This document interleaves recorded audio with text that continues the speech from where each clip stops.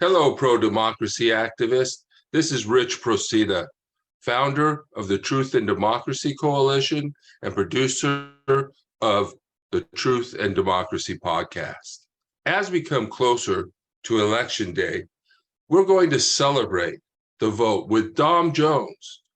Dom Jones is co-founder and chief creative officer of Democracy, an organization that encourages women to run for office. She will be speaking about the history and importance of voting from her perspective as an African-American woman. She wants to encourage us to vote, to be involved, and to run for office. Register at tinyurl.com/importvote. That's import vote. We also had a successful Jan 6 Justice, Our Freedoms, Our Vote events at Whittier City Hall and West Los Angeles at the Federal Building. This show will include highlights from that event and a discussion about the attack on liberalism from both sides of the political perspective. We have some photographs and other videos on Facebook and YouTube. Please subscribe to our pages, like our Facebook page, search for the Truth and Democracy Coalition on Facebook and the Truth and Democracy Coalition on YouTube. And a little link to get you there quickly is tinyurl.com/democracy_video. Otherwise, just search for Truth and Democracy Coalition. Finally, mark your calendar for our Celebrate Democracy rally on Friday, January 6, 2023.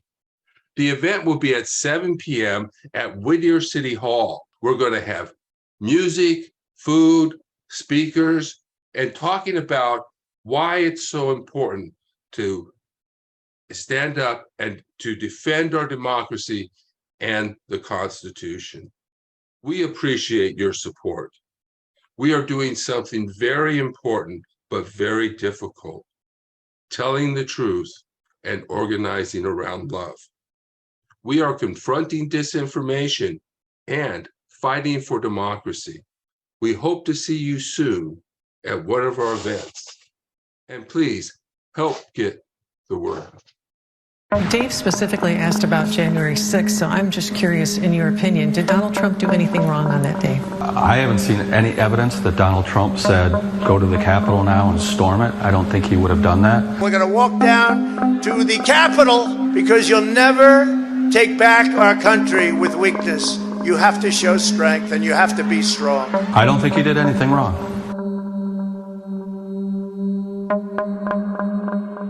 In my administration, I'm going to enforce all laws concerning the protection of classified information. The government's paperwork lists 11 groups of documents found inside Mar-a-Lago under 3 headings: confidential, secret, and top secret. This was not just extreme carelessness with classified material, which is still totally disqualified. This is calculated, deliberate, premeditated misconduct. Classified documents relating to nuclear weapons were among the items the FBI agents were searching for. A cover-up that included false statements and lies to Congress, the media, and the American people. I'm concerned that they may have planted something. I think they just make stuff up and, come up with whatever they want. He can literally stand over a set of documents and say, these are now declassified. So disrespectful to our country, and actually very illegal.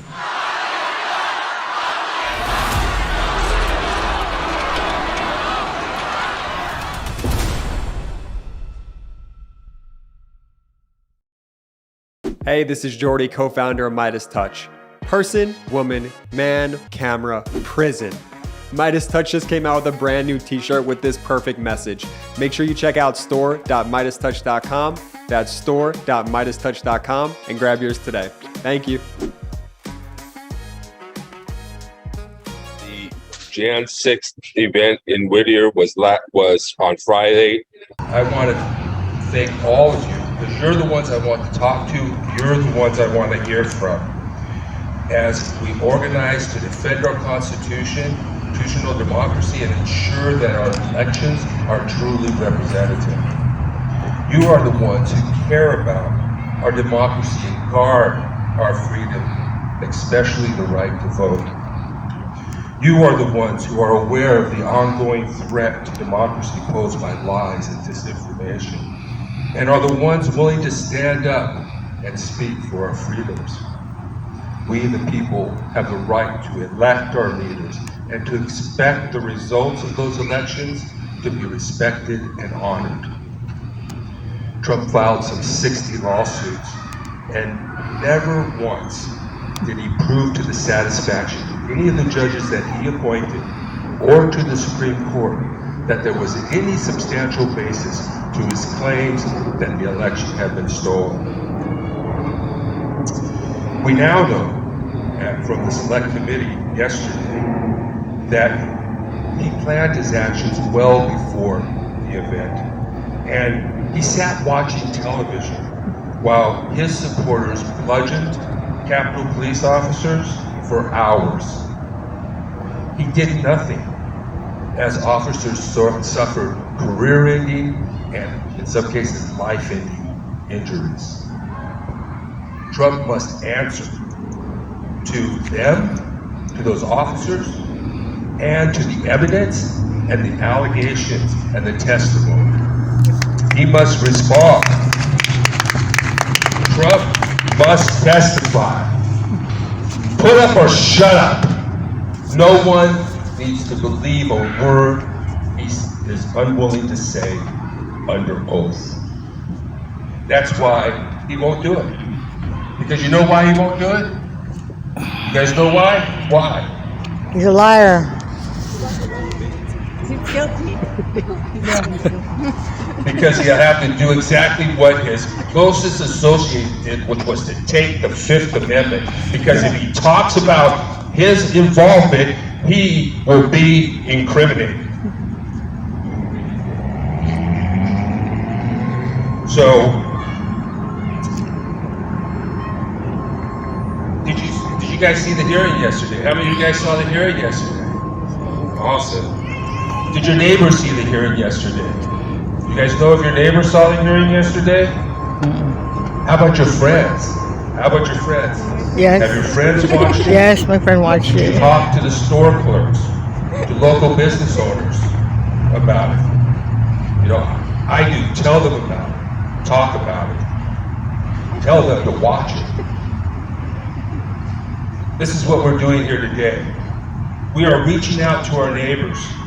We are reaching out to you to talk about the attack on our nation last year and the ongoing threat to democracy here at home and around the globe. One thing we know, we will be doing this event right here on January 6th next year, and we want it to be big, we want it to be successful, and we need all of your help. And we want you guys to be involved in that.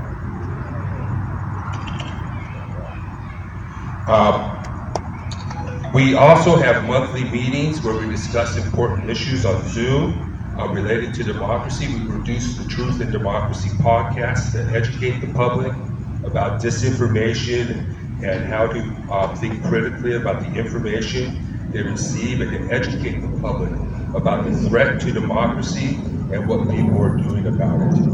So now let's hear from others, our other heroes here today who want to talk to us about democracy and about fighting for democracy locally, nationally, and globally. Thank you very much for coming. We, the people, you here are the ones that are the important ones that you can lead. We know exactly what happened, and they cannot be forgotten. So for that reason, I support all of you in being here tonight. I met a lovely lady today. Her name is Rose Scott. I told her that she has a lovely name, and she is someone that is going to do something that I think is very important. Will Scott, can I get you to come up, please?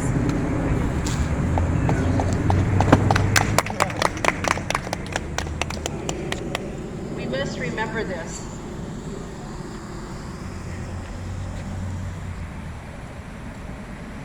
Okay, hi. So I'm retired now, but for the last 21 years, I worked as a geologist, an engineering geologist in the state of California. Everyone who works for civil service, and like me in the state, we have to take an oath of office. So I no longer work for the state, but I'm a retiree. I still collect my state check. So I will renew my oath today. Anyone who would like to renew an oath, if you work for civil service or if you're a veteran or active service, please join in. I, Rose, Richard, do solemnly swear or affirm that I will support and defend the Constitution of the United States the Constitution of the United States and the Constitution of the State of California and the Constitution of the State of California against all enemies, foreign and domestic, that I will bear true faith and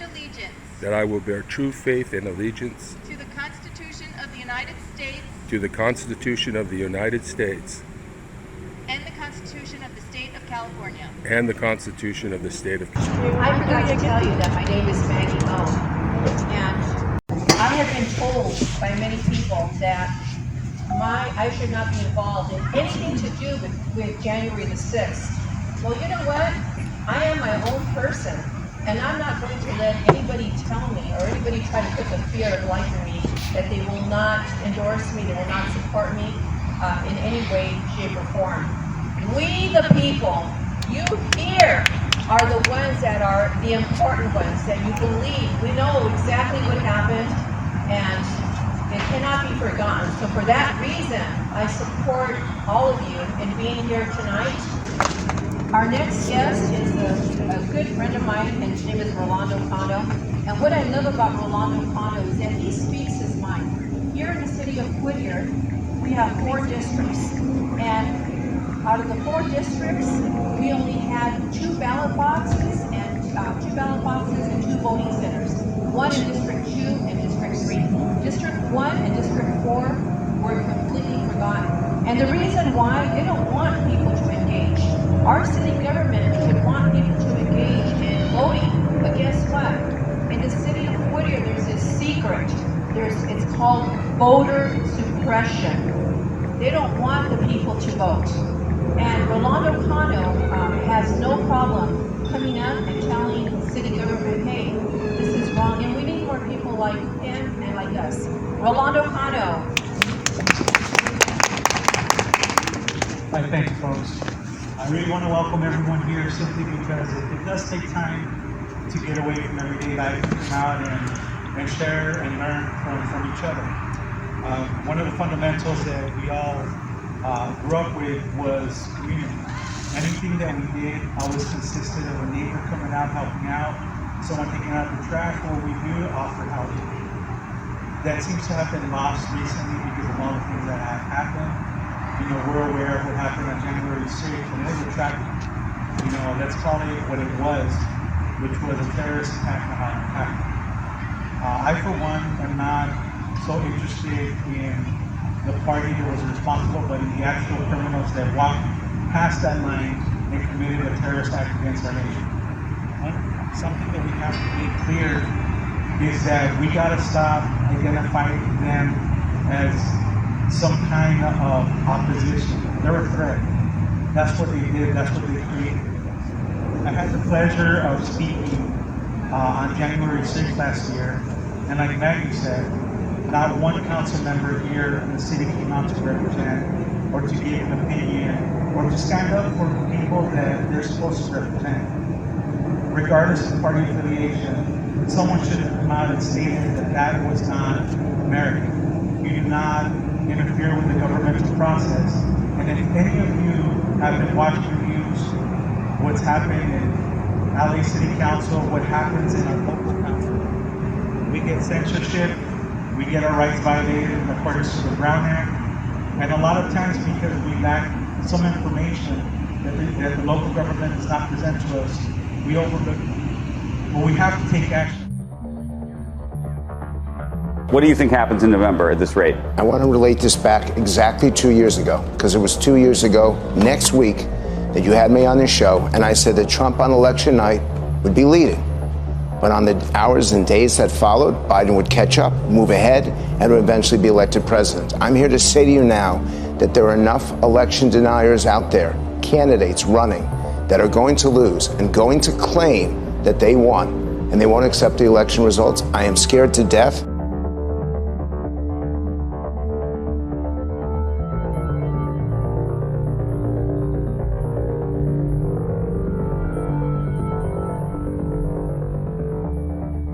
So if anybody has a question and wants to say something, just let us know. So Jeffrey, you're on. Go for it. I thought that we were a progressive democracy, and if not, then is it better to be a progressive democracy than a liberal democracy? Or are they both one and the same? You know what? I think a lot of these distinctions are false distinctions. We have a liberal democracy because we was born in the 18th century. So it's a representative democracy, right, Cynthia? So I don't think these ideological things or these ideas that somehow liberal democracy doesn't work and we need a different type of democracy. Right now, the propaganda is to say a multicultural democracy, but a liberal democracy is a multicultural democracy. So how about both a progressive and a liberal progressive democracy? A progressive democracy? I said progressive liberal democracy. Yeah, I mean, I think there's a lot of labels to that, but I think it's all the same thing, essentially. Yeah, I mean, I think if you vote and your vote counts, that's a democracy. Now, whether we have certain systems of electoral college or different types of things, that's another matter. But basically, you vote, your vote gets counted, and you have a representative, you elect that representative, and that's the bottom line about democracy. Yeah. Democracy is we the people, not the other way around. That's autocracy. Right, in right. Short. Yes, but let's talk to Cynthia and see what her points are, and then we'll come back to you because I want to make sure to get the person who has a question. There's only one. So, Cynthia, go ahead and unmute yourself if you have something to say. Oh, thank you. Having been independent most of my life and Republican for 2 years and now a Democrat since everything got really whacked out over there, but went back to being an independent and since Trump a Democrat. So I just want to share my thoughts, having been, from my background and my experience interacting with all of these various parts of our political society, from inside the parties as well as outside. And that is, we all grew up learning American government, and maybe we didn't all get it, but the far right really thinks that all Democrats are Bernie Sanders, progressive socialists, and what has in part fueled their behavior. So I think if we start putting labels on ourselves as progressive liberal Democrats or anything besides representative government, where, as you just said, everybody's voice is heard. You can go and speak to your representatives you can form coalitions and get more representative influence with yours. I think we're in danger of fueling the fire and losing people if we start painting ourselves with a more stringent variety of democratic socialism or any of that such thing. Okay, so yeah, I think one of the things you still there, Cynthia? Yes, I am. I just have to turn my radio down so I don't give you all a lot of feedback here. Okay. Yeah, I'm thinking that, well, as far as the liberal thing goes, I think both sides are attacking liberalism, and I think that's part of Putin's propaganda to attack liberalism and thereby liberal democracy, because it's part of the Western world tradition. And Yes, so yeah, so when the right starts saying, oh, liberals, they're really talking about progressives, or they're saying that everybody's a socialist on the left. That's not true. And I think by reaching out to the liberal patriotic middle proves that that's not true. We're not all socialist, and socialism. And the other thing is that it's important to recognize that it's a different ideology.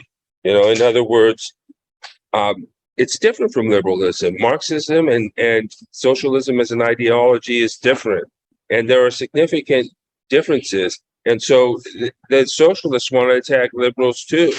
They want to call it neoliberalism, which basically means it really means insufficiently socialist. But as a propaganda tool, you might as well just put a no in front of the word liberal if you're going to start calling things neoliberal. It makes people think it's the new liberalism, whatever that's supposed to be. It's really not the new liberalism, it's the old conservatism. But so we want to, right. so No. yes, That's right. yes. And so we want to, right. Yeah.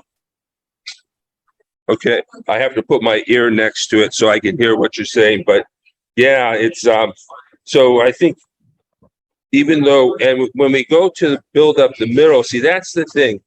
They want to, that's why there's an attack on liberalism, because the leftists want us to be socialist and are criticizing liberalism as a sort of, maybe we want to call it a neo-capitalist type of thing, which it's not. It's liberalism. And of course, the right wants to paint everybody as socialists. So that's their get down.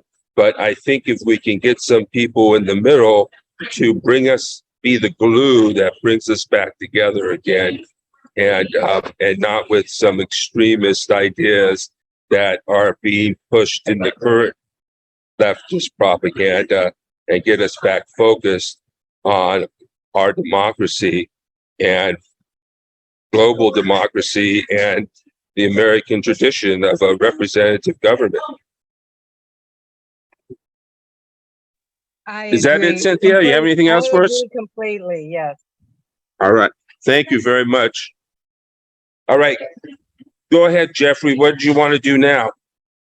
And this is from someone that's not. I took the quote that someone said to me. This is the guy right here. Truth be told, we don't have much of an authentic democracy in this country, the United States. Do you agree with them? All right. Good. Do you agree with them? Well, my feeling is this. There's one thing that we need to be careful of. When we say we don't really have a democracy on one hand, and then in the same breath, we ask people to vote, it doesn't really work. If we don't have a democracy, there's no reason to vote. So when somebody starts saying we don't have an authentic democracy, I prefer to rely on the index I showed you, which compares us not to some sense of authenticity, but instead to other countries in the world in comparison to them and their democracies. So I have a little bit of a difficulty with this type of rhetoric. Well, here I did that. I know I did this. See, the January 6th U.S. attack attack on the Capitol building, that's an example of democracide, right? Do you agree? Yes, I mean, democracide is your thing, but it definitely is an attempt to overthrow our democracy and establish a dictatorship. Yeah, that that's considered democracide, right? Overthrowing a democratic government to install a dictatorship. I know we kind of did that during the Cold War. Okay, very good. A lot of countries did. Even the Soviet Union, they did the same thing in Afghanistan. All right, I want to thank everyone for coming and for being here. Thank you so much, Cynthia. Thank you, everyone. And you can go to my our YouTube page for the Truth and Democracy Coalition and subscribe to our videos, like us on Facebook, and share our information and share our videos so that we can get this information out there. And our next meeting is going to be, I think it's the 6th, the Sunday before Election Day. Dom's going to be speaking about the importance of voting and the history of voting. And so make sure to sign up for that. And I'll be in contact with you, Jeffrey.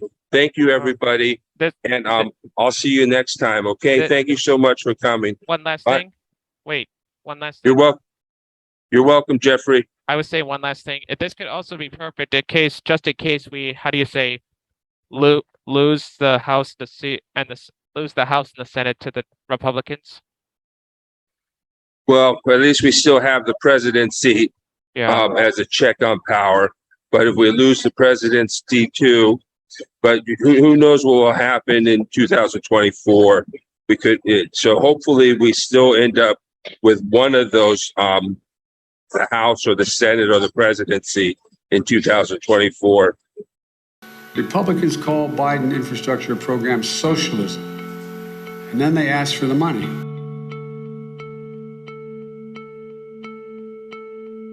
Paul Gosar, he's written 3 separate letters to the administration asking for projects in his district. He says it enhanced the quality of life, that ease congestion, boost the economy. Voted against it, says it's all socialism. Go down the list. Kentucky Representative Andy Barr, the biggest socialist agenda. 3 different projects he wants, citing the importance of the safety and growth of his district. Rand Paul, I can go down the list. Look it up. Socialism. I didn't know there were that many socialist Republicans.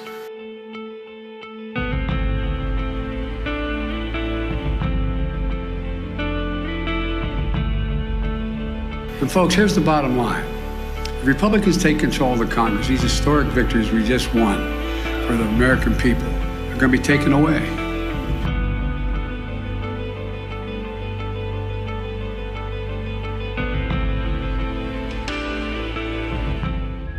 Thinking about who to vote for in November? Remember this.